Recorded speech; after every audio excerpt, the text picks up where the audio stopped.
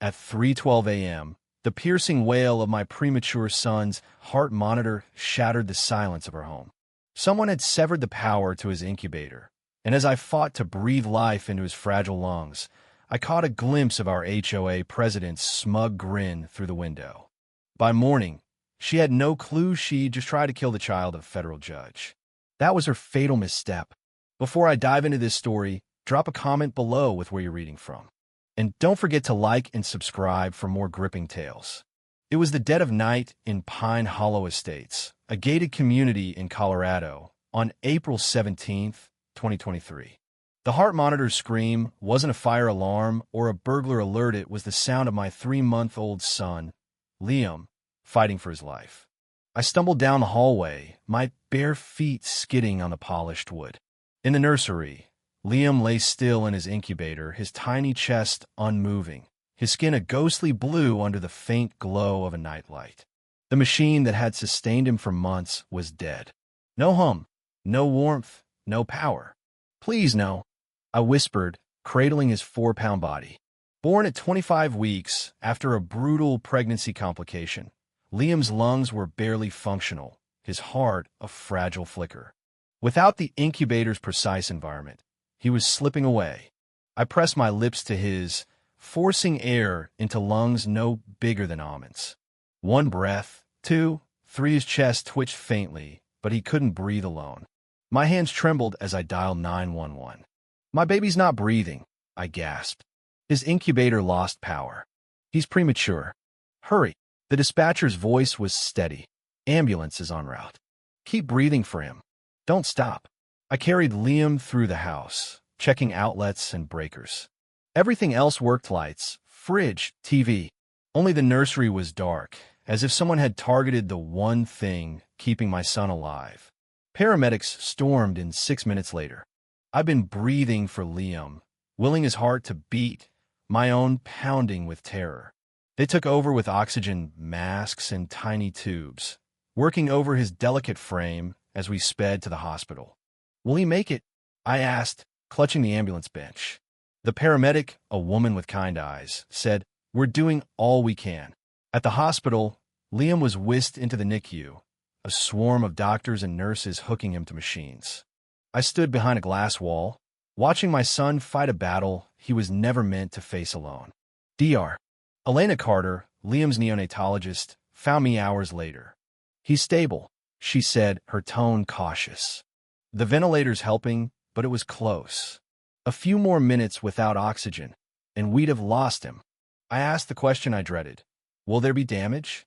She hesitated. "His brain was starved of oxygen for nearly 10 minutes.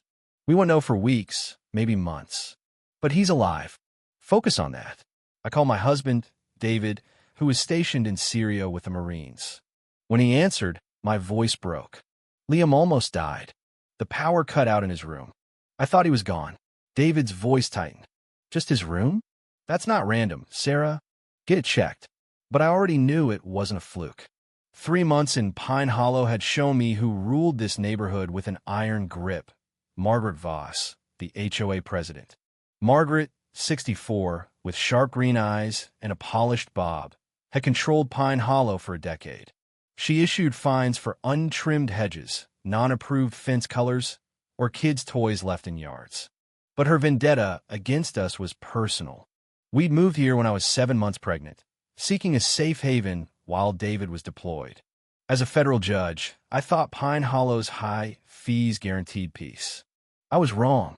Margaret opposed our HOA application, grilling us about David's military pay and my judicial role, hinting we'd disrupt her perfect community. When Liam was born early, requiring medical equipment, her harassment intensified. She called our oxygen tanks eyesores and claimed ambulance visits disturbed the peace. But this wasn't harassment anymore. Someone had tried to murder my son. At dawn, I drove home from the hospital, eyes stinging with exhaustion. Margaret was in her yard, pruning her flawless tulips, dressed impeccably at 6 a.m. She looked up as I parked, her lips curling into a smile not of concern, but of triumph. I crossed the street, my voice steady despite my rage. "My son almost died last night. She didn't flinch. "Oh, how awful," she said, her tone flat. "Old wiring can be so unreliable." "It wasn't wiring, Margaret. Someone cut the power to his room." Her eyes gleamed with amusement. "Why would anyone do that? That's attempted murder." The word hung between us, a challenge. I leaned closer. "Exactly. And when I find them, they'll rot in federal prison." Her smile flickered just for a second. Inside, I called an electrician. His verdict was chilling. The power line to Liam's room had been sliced with precision, a deliberate act by someone who knew exactly what they were doing. I reported it to the police, but Officer Daniel Reed, a Pine Hollow lifer whose wife golfed with Margaret, was dismissive. "Probably kids messing around," he said, barely glancing at the cut wire. "Hard to prove intent without fingerprints." Intent? Someone had targeted a dying infant's life support. But Reed wasn't going to investigate his HOA queen. As a federal judge, I had resources he couldn't ignore. I requested access to Pine Hollow security footage, which covered every entrance and common area. By noon, I had the tapes. At 1:47 a.m., a figure in black left Margaret's house, carrying a small bag. They moved toward our home, staying in shadows but caught on camera. At 2:02 a.m., they tampered with our electrical box. By 2:30 a.m., they were back in Margaret's house. The footage wasn't crystal clear, but FBI software enhanced it, matching the figure's height, build, and gait to Margaret. Her defense would claim it could be anyone, but I dug deeper. Margaret wasn't just a nosy retiree. She'd been an electrical engineer for 25 years, with the skills to cut a single line without tripping the system. Her past was darker. In Seattle, she'd driven out a Vietnamese family with relentless harassment. In Austin, she'd targeted a lesbian couple, escalating to vandalism when fines didn't work. She'd never faced consequences until now. While Liam clung to life in the NICU, I built my case. His brain's swelling required heavy medication, and seizures racked his tiny body. David flew home on emergency leave, sobbing at the sight of our son entangled in tubes. "Who did this?" he asked. "Margaret Voss," I said, "and I'm going to bury her." I contacted federal prosecutor Lisa Nguyen, a trusted colleague. "Attempted murder of a judge's child is a federal crime," she said. "If she targeted you for your position, we can add terrorism charges." I had recordings of Margaret railing against arrogant judges at HOA meetings, calling me a threat to her rules. Combined with the footage and her engineering background, it was airtight. But I wanted more than her arrest. Margaret thought Pine Hollow was her kingdom, untouchable. I'd show her what a federal judge could do. I requested an FBI investigation into the HOA. Agents uncovered a network of intimidation Margaret had built over years, targeting families who didn't fit her vision: minorities, single parents, anyone different. The Lopez family had been fined for noisy kids, then faced false IC reports despite being citizens. The Thompsons, a black couple, had their car keyed after displaying a Juneteenth flag.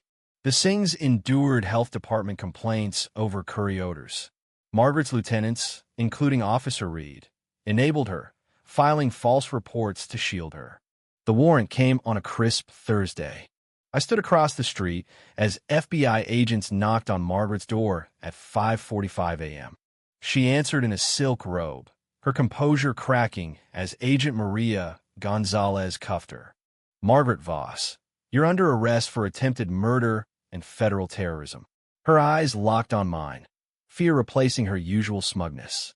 "This is absurd," she spat. "You tried to kill my son," I said, my voice carrying to the neighbors gathering outside. Her house search revealed a chilling archive. Files on every resident, photos taken through windows, and a journal detailing her plans. Her entry about us read, "Judge Sarah Bennett thinks her badge exempts her. Her sickly child burdens our community.